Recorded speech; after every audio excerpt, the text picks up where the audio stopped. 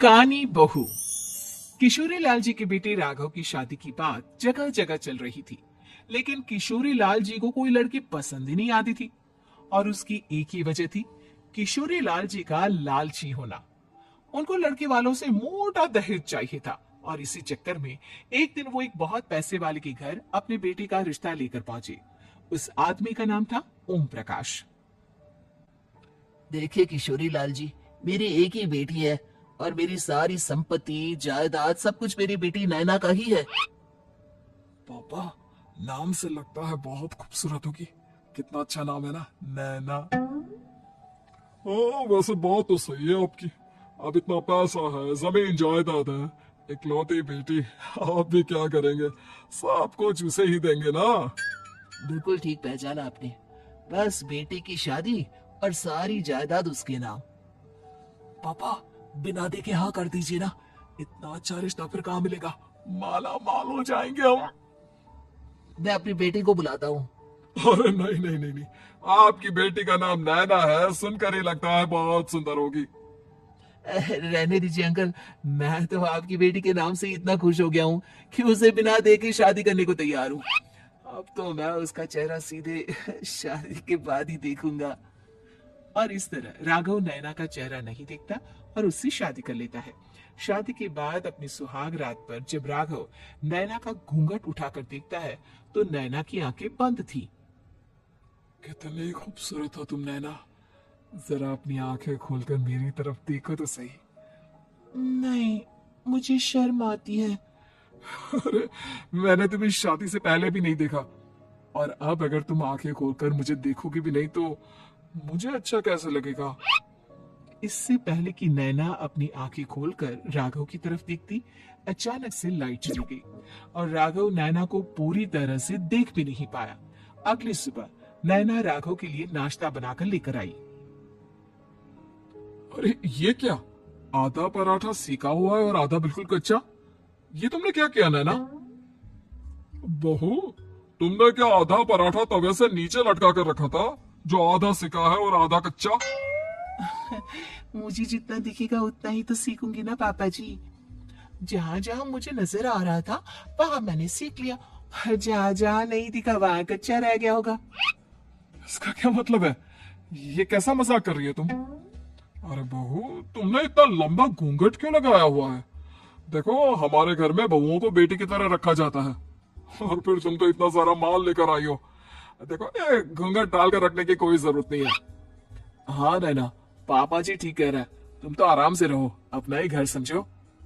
नैना अचानक से अपना घूंघट उठा लेती है। अरे ये क्या पापा, नैना की तो एक आंख फूटी हुई है। नाम से नैना, लेकिन ये तो कानी बहू निकली। मेरे साथ धोखा हुआ है, धोखा। बिना दिखाए अपनी कहानी लड़की मेरे संग ब्याह दी। मुझे कहानी भी नहीं चाहिए। मुझे अभी ओम प्रकाश जी से बात करनी पड़ेगी। आखिर उन्होंने मेरे साथ ऐसा किया क्यों? अरे, आप लोगों ने ही तो पापा से कहा था कि आप लोग शादी से पहले मुझे देखना नहीं चाहते। अब मेरे पापा पर क्यों इल्जाम लगा रहे हैं? अरे लेकिन उन्हें बताना तो चाहिए था ना कि तुम कहानी हो, एक आंख से तुम्हें दिखाई नहीं देता। किशोरी लाल और राघव नाराज होकर ओम प्रकाश को अपने घर बुलाते हैं।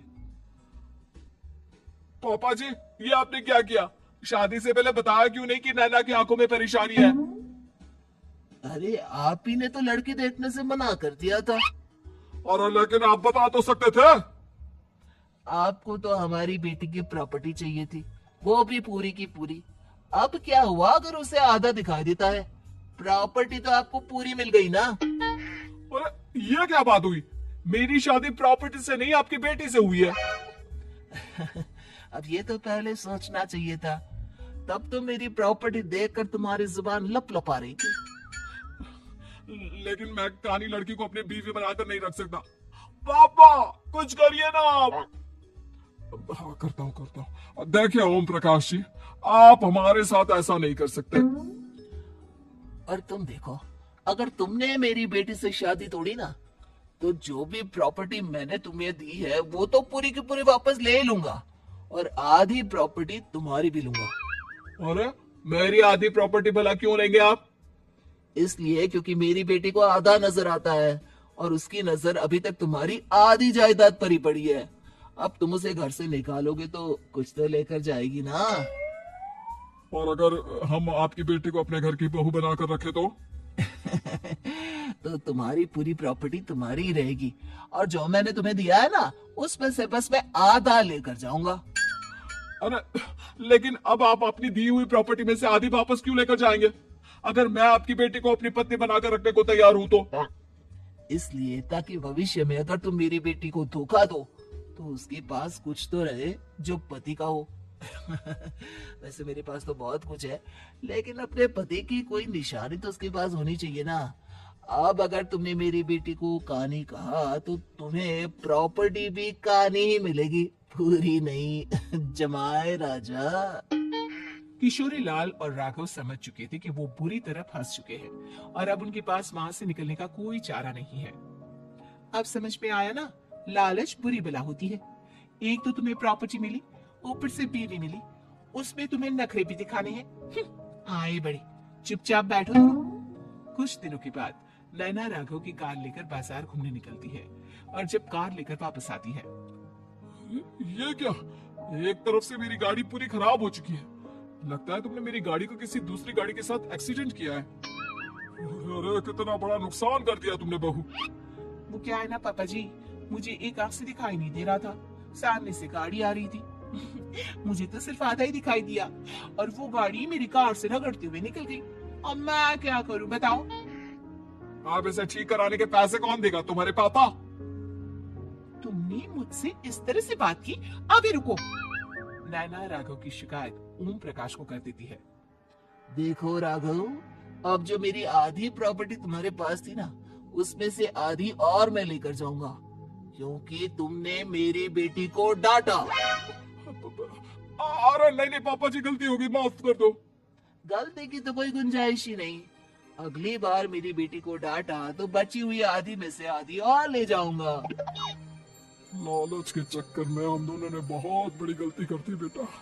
एक तो तुम्हें कानी बहू मिली और ऊपर से जो माल मिला वो भी काना। इस तरह राघव की हर एक गलती पर ओम प्रकाश उसकी प्रॉपर्टी का आधा आधा हिस्सा लेकर अपना सारा माल वापस ले गया और राघव को कहानी बीवी से काम चलाना पड़ा। भाई लालच वाकई में बुरी बला है।